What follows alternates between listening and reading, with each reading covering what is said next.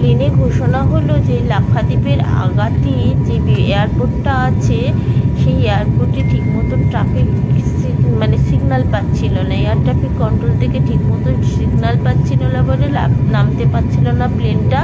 আমরা তাই যে প্লেনের জানলা দিয়ে আরব সাগর আর লাক্ষাদ্বীপটাকে দেখছিলাম, পাশে ভাসমান মেঘের ভেলা দেখছিলাম, অপূর্ব সুন্দর সে দৃশ্য। সেই সৌন্দর্যের কথা আমরা ভাষায় প্রকাশ করতে পারবো না। চারদিকে আরব সাগর, নীল আরব সাগর, মধ্যখানে লাক্ষাদ্বীপটা শুরু হয়ে গেছে। একটা ছোট ছোট ফুটকি ফুটকি আগে দেখছিলাম, এখন লম্বা হয়ে দেখতে পাচ্ছি। খুব সুন্দর দেখতে লাগছিল প্লেন থেকে। সবুজের রংটা দেখুন কি সুন্দর, আর দুপাশে নীল, মধ্যখানে সাদা মেঘ, আর সমুদ্রের রং মানে এক নীলে মিশে একাকার হয়ে গিয়ে রং একাকার হয়ে গিয়ে খুব সুন্দর দেখতে লাগছিল।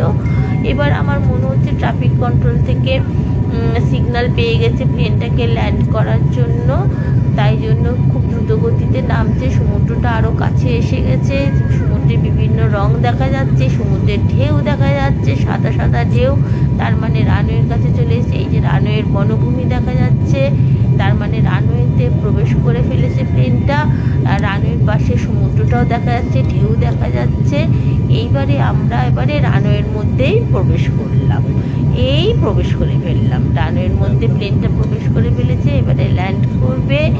প্লেনটা ল্যান্ড করে ফেলেছে। আমাদের লাক্ষাদ্বীপে পৌঁছানোর ঘন্টা বেজে গেছে। আমাদের কি আনন্দ হচ্ছে! আমরা সবাই বিমানযাত্রীরা সফল ল্যান্ডিংয়ের জন্য আমরা হাততালি দিয়ে অভিনন্দন জানিয়েছিলাম আমাদের পাইলটকে, সমস্ত লোককে। আমাদের খুব আনন্দ হচ্ছে, প্লেনের সমস্ত লোককে খুব মানে হাততালি দিয়ে অভিনন্দন জানিয়েছিলাম যে আমাদের সঠিকভাবে ল্যান্ড করানোর জন্য। আর প্লেনটা ধীর হয়ে আসছে। আমরা এবারে সকলে নামবো, নেমে যে যার মতন হোটেলে পৌঁছে গিয়ে আমরা লাক্ষাদ্বীপের সৌন্দর্য উপভোগ করব। আর কি বলবো বন্ধুরা, প্লেনটা ধীর আসতে হয়ে গেছে। আর কি বলবো বন্ধুরা, আমি আপনাদের কাছে আমার একটাই অনুরোধ, আপনারা আমার ভিডিওটা ভালো লাগলে লাইক করবেন, কমেন্ট করবেন, আর নতুন যে বন্ধুরা আমার ভিডিওটা দেখবেন তারাও লাইক করবেন, আর আমার এই রূপাশিকদার চ্যানেলটিকে সাবস্ক্রাইব করবেন, পাশে থাকা বেল আইকনটিকে প্রেস করে দেবেন। তাহলে আমি যখনই লাক্ষাদ্বীপের ভিডিও আপলোড করব আপনারা দেখতে পারবেন। যারা লাক্ষাদ্বীপে যেতে পারেননি তাদেরকে আমি লাক্ষাদ্বীপ ঘুরিয়ে দেবো। আমি এত ভিডিও আপলোড করব যে আপনাদের মনেই হবে না আপনারা লাক্ষাদ্বীপে যাননি। আপনারা লাক্ষাদ্বীপ থেকে মনে হবে ঘুরেই এসছেন। এই যে দেখুন রানওয়ের পিছনেও সমুদ্রটা দেখা যাচ্ছে, আস্তে আস্তে বনভূমিগুলোকেও দেখা যাচ্ছে।